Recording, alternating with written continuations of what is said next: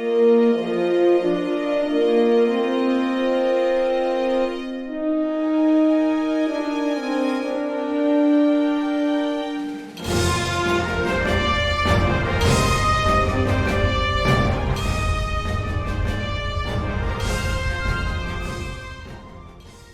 have to shout out the background.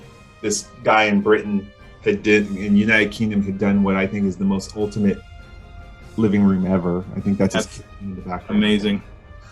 I don't think he even owns it anymore, which is really depressing. You know, if I had a room like that, I would have to make sure that I had an audio loop of the engine noise on in the background, so that I could be like completely immersed in the moment, right? In the experience. Undoubtedly. I mean, I would just learn science just to work. I would just like, I gotta learn. I gotta know something. Yeah. I'm in this room. And so I would have to. No, go ahead. Oh, go ahead. I was just gonna say I would have to figure out a way to make the touch screens, like if I touched the screen, it would go boop boop boop with the sound effects, right? Otherwise, it just wouldn't be the same. We never grow up. Like people would come to my house. I'm like, would you like some coffee? They're like, you really need like 37 buttons to make me coffee? No, just you. But I just like touching buttons. The sound, yeah. In fact, I think I can go like this. Almost. Yeah. Oh, that gave me a Jones in my bones. All right. I have to ask. I've been wanting to ask Jim you about this for a while. Do you get any kind of morbid pleasure as you watch online as we die and salivate to get our hands on the physical copies of these books? Does it give you any kind of little morbid pleasure? Yes. Yeah, short answer, absolutely.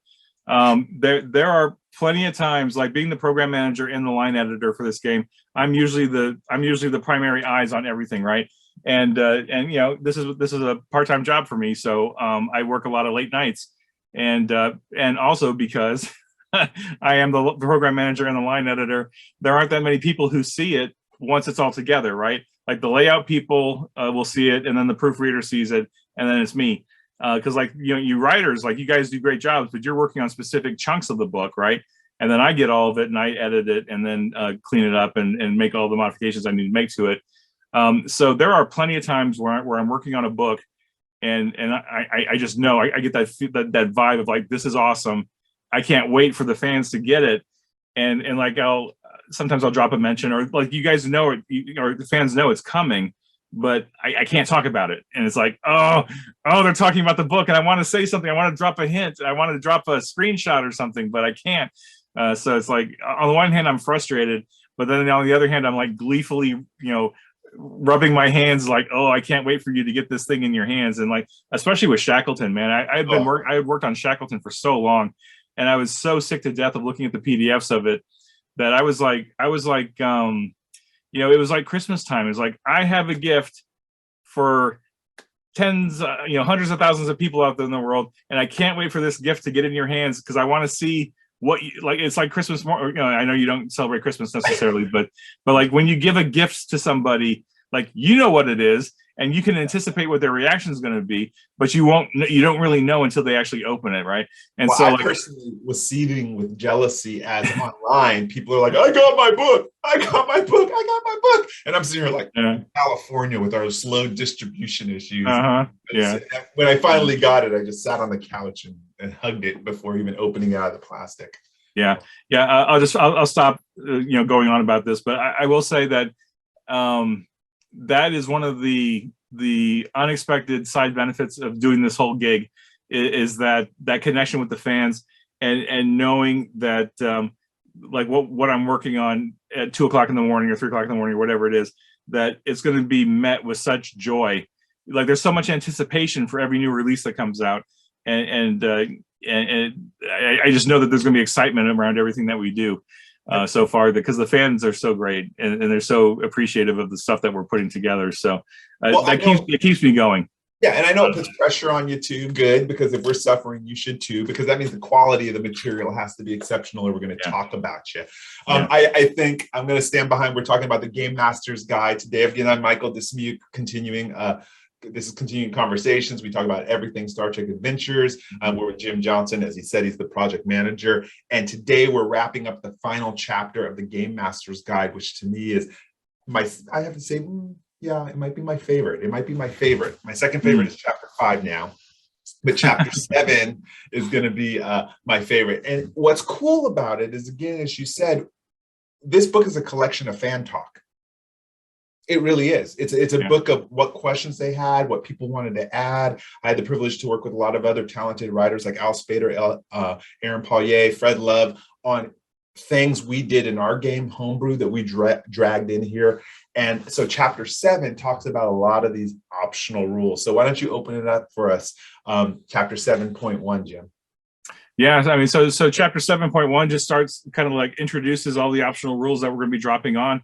And you know, the sidebar at the beginning is I titled it the menagerie, and like literally it's the menagerie. It's like I had all these, like you and all the other writers and Nathan were dropping so many great little rules bits, optional rules bits at me, and I had this huge chapter full of stuff, and I was like, how the heck do I organize this? There is no way to organize this. It's just stuff. So it's like, here's a whole bunch of tools to throw into your toolbox.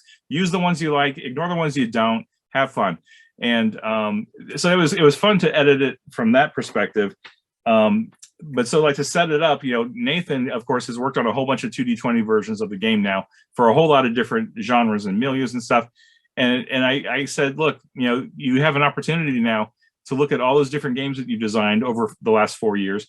Are there any rules that you've created since Star Trek came out that you could tweak and add into here so that, you know, game masters and players, if they liked some rule from Conan or some rule from Dune or some rule from, you know, whatever, they could tweak it and throw it into here if they wanted to. And so he added a bunch of stuff, and I know you guys added a bunch of rules too from all your experiences, and it worked. So are you telling me that this is the best of the best rule sets that we could have in maybe all of RPGdom? Yeah, absolutely. Okay, there we go. All right, so let's go over some of the highlights. We'll breeze through page by page because there was a lot. I'm going to give a shout out to Al Spader. I think he's the one who had come up with extended consequences rule. I think so. I think so. I'm going to give a shout out because I'm starting to use that now. And basically what it is whereas an extended task, you know, you complete certain breakthroughs in order to achieve the task. This is more like a ticking time bomb that you have got to complete the task before everything goes wrong and the planet blows up on you. And so there's extended consequences. And he had a whole bunch of little additional things like ramping up uncertainty, difficulties, instability, escalation, creating traits. I mean, your players know they're under the gun here. And I thought it was beautiful. I get to use it for the first time in one of my upcoming games. Nice. They don't know yet. And so I thought that was a really cool one. What's your next highlight? Oh gosh, there's so many little great nuggets in here. Like the optional rules for fatigues and for injuries, morale, options for a little just additional insight, and options for healing characters. Gosh, I'm flipping through here. Evasive patterns and maneuvers for starships. Well, speaking about healing, let's talk about hurting, because for those who want to play a pew-pew game, one of the things they put advanced combat rules in here. And what it reminded me of was Deep Space Nine, like the episode where Nog lost his leg, right? And that was such a battle intense, dramatic episode. And I was picturing it here, dive for cover, working with squads, you know, and I was like, okay, I could see how I could use this in a game. Yeah, I mean, there's just a ton of stuff in here. And I'll be honest, I haven't read this again recently, so I have to go back through and refresh my memory.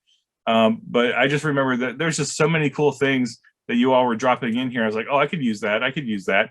And it just adds more texture to your game if you choose to use it. Like, you don't have to use any of this stuff if you don't want to, but you could. Well, I'll shout out two last ones before we move on to the next section then. And evasive patterns and maneuvers. I have no trouble creating technobabble, but some players do. Some people don't. And so we have a table in there so that you can pull a, attack pattern alpha 3, so if you need that. And also one of my favorite, probably most morbid boxes is casualty report. And the reason I want to state that I put this in my game is because I didn't want people rushing headlong into battle thinking there aren't consequences. That if you're going to risk it and actually go into ship to ship battle, we're going to roll to see how many people got hurt or died.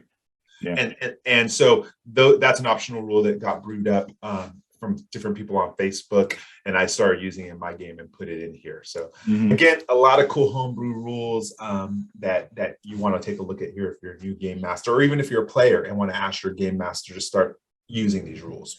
All right, talk to us about what encounters are, Jim, in chapter 7.2. Oh, you beat me to it. I was almost going to flip it around and have you tell us about these two chapters: sample encounters and sample ascended tasks. Because if I'm not mistaken, you wrote both these chapters for the most part. So tell me a little bit. Why did you think? I know you convinced me, and it wasn't hard to convince me, but you thought it was really important to include these. So tell me why. Honestly, it was inspired a lot by mission briefs. So mission briefs to me have been one of the most successful inventions that come out of Star Trek Adventures, especially it was, Jim. Those were some of the best, and I know I'm fired up on them. I dash them into all my campaigns as much as possible. And encounters are basically one beat out of a mission brief in a sense. And you may want to have an episode, as I talked about in earlier episodes of this podcast, where maybe it's drama heavy, or you want to explore relationships between characters, but you need an encounter just to pick it up a little bit, an A-B story. So these encounters give you just that. They're quick beats that you can drop in just to liven up a story. Do you use them a lot in your games, encounters? Yeah, I do. I especially because I'm really a big fan of dropping in subplots and plot seeds for future episodes. And having encounters to drop in are a good way to do that, because like sometimes they may seem to be unrelated to the main A story, right? And they're not resolved by the end of the episode. And so the players are like, hey, why did we have that encounter over there? What was that all about? And then they don't find out about it until a couple of sessions later. and I'll shout out a couple that I had really fun creating that I want to hear how people played them. One was the meta compact. And again, I do research on weird science sometimes and say, how would I play this in? And I just like the first sentence, that this encounter begins with the player character's vessel getting trapped in a region of meta compact space in the shape of a convex polyhedron. It's like, play that, So exactly. And so I like that for, if you have science people, I play with Aaron Paulier, and this guy is science heavy. So this is something that he'd salivate over. But then I also have one like Street Kids, where they could be in the middle of any kind of adventure, visiting an alien planet, and they get pickpocketed. Maybe they lose a phaser. It's not part of the main adventure, but it's definitely a conflict that will add a little, juice into the game. So encounters are really good. And for creative game masters, you could spend at night and just write up a whole bunch of encounters for the goal of inserting them into other campaign modules. Yeah, this is kind of like a outline on how to do that. Nice. So let's go on to the next subchapter then, Michael, and tell us a little bit about the sample extended tasks. Now, this was my favorite. So this is literally my favorite section of this Game Masters book. And the reason why is there's tropes in Star Trek. There are things that consistently happen and you hear a lot of. And so what I did is I took each one of the departments, command, con, science, engineering, medical, security, and I said, what are some common tropes of tasks that we see happening on the show? So for instance, evacuating a ship, or securing a border, whether it's a border in the ground or securing the Romulan neutral zone or something. It could be, if your security character tracking an enemy, it could be surveying a star, or excuse me, if you're a con officer tracking somebody, whether it's on the ground or whether it's in space. So what I did is I wrote 4 different common extended tasks that players may have to use. And as a game master, you can use it as a template, but you can change it. And there's even a couple templates where you could roll, I'm using the word template, right? Tables where you can roll random failures, how long the work is going to take. Even if you're like, say, a medical officer, if you're doing triage, there's a chance you're going to lose people. Well, how many? There's a random table on how many people you might lose if things go right and if things go wrong. But these are as many tropes that I could come up with from the standard TV show. So I encourage game masters to look at it and be like, oh yeah, I can definitely adapt these in my game. Nice. Yeah. Very nice. Cool. Yeah. So then we wrap up the chapter, this overall chapter, with a subchapter on cultural structures. And this was just, an opportunity to talk a little bit about some of the high level stuff that you can use as a game master, you can use to start creating different new civilizations, new lives. So like, types of government, types of organizational structures, types of religion, different types of society that are out there, brief descriptions of each of those. And we also included random tables. So like if you just wanted to make a random, planet or a random species or religion or whatever, and you need something off the cuff, or if you even just need it for idea generation, right? Roll on the tables, get some ideas here, and drop those in there. What I really like about this too, and I started using it the minute I saw it. Sometimes we don't have the words to describe everything. Mm-hmm.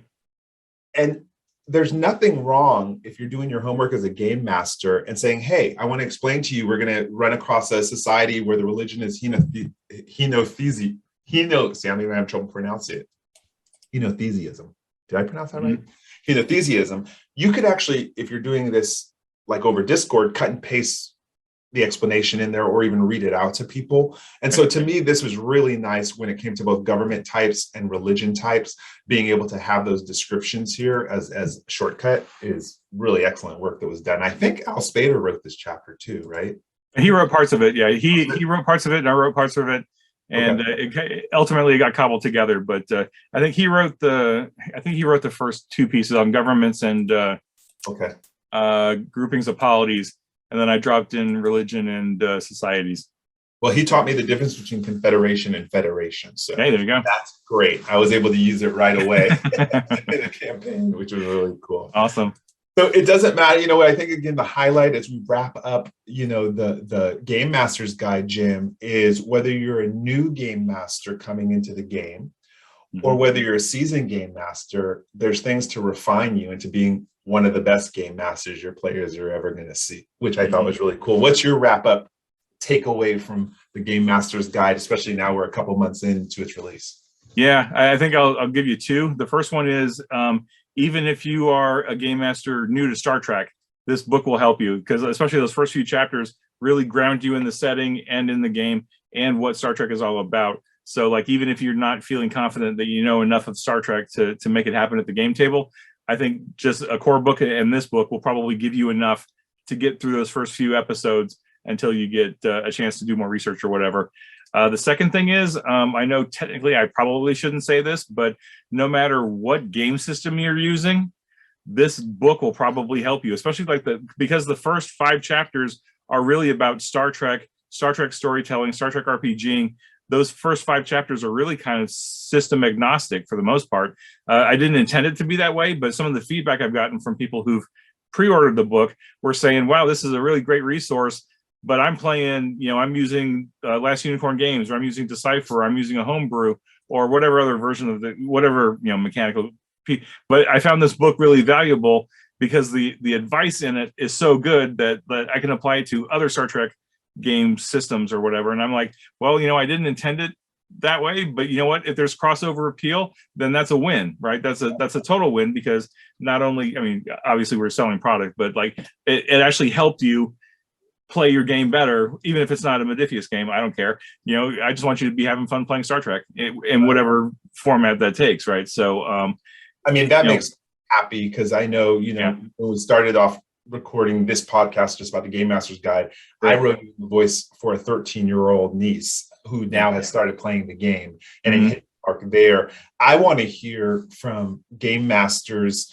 who are maybe new to the system, who picked up this book and it drove them to play the book. And Continuing Missions, which is our website, Continuing Mission, sta.org. This is a fan-based website. I love posting stories about what you did with the game. I love seeing pictures. I love seeing artwork. I don't care if it's line drawings. I love posting and celebrating creativity. We're really an art blog is what we are. So if you're a new Game Master, hit me up on Facebook. You can get me at Michael Dismuke 1@gmail.com. If you're not sure how to spell it, look at my name in the corner here. Michael Dismuke 1@gmail.com, and let us know your stories, because we want to celebrate you and make people know what your Star Trek show looks like. What do you think, Jim? Yeah, sounds great. Just I hope you check out the book. Hope you enjoy it. I hope it inspires you to at least try game mastering once.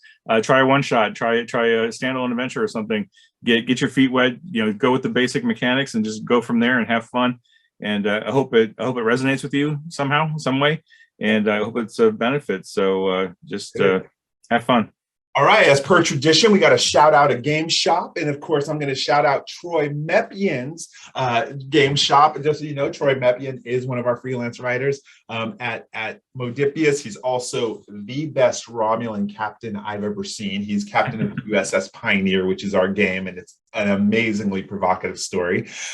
His favorite game shop is Fan First Sports and Entertainment in Kalamazoo, Michigan. He's been a customer there for over, get this, 35 years. Troy, wow. I think you were born there.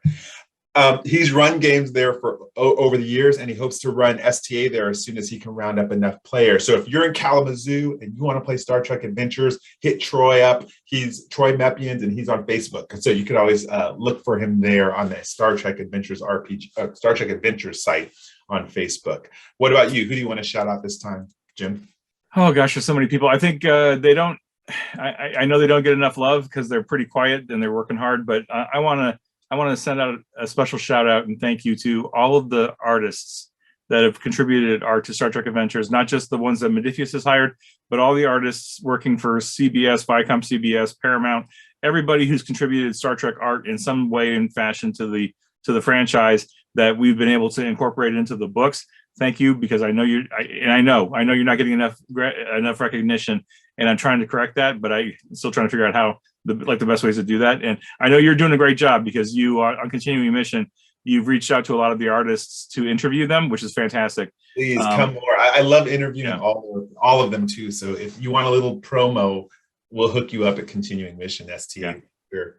All right, cool, wonderful. And yeah, again, the quality of the books are beyond any RPG book I've ever seen. They're tabletop quality. They're coffee table quality books. They're not just to be put up on a shelf and get dusty. Cool. So with that, we've moved the Game Master guide out of the way, and the next episodes are not going to cover for chapters 1 through 3 of the Player's Guide, because that's be pretty redundant. We've already gone over that because they're similar with the Game Master's Guide. But we're going to focus on how to maximize your playing experience and how to be the best player. And there's a whole bunch of gems in the Player's Guide, which we're going to cover on future podcast. So until then, this has been Continuing Conversations. Thank you, Jim, for again throwing these tidbits out for us and all these wonderful tips and tricks and gemstones. And until next time, live long and prosper. IDIC. Be well. Peace and long life.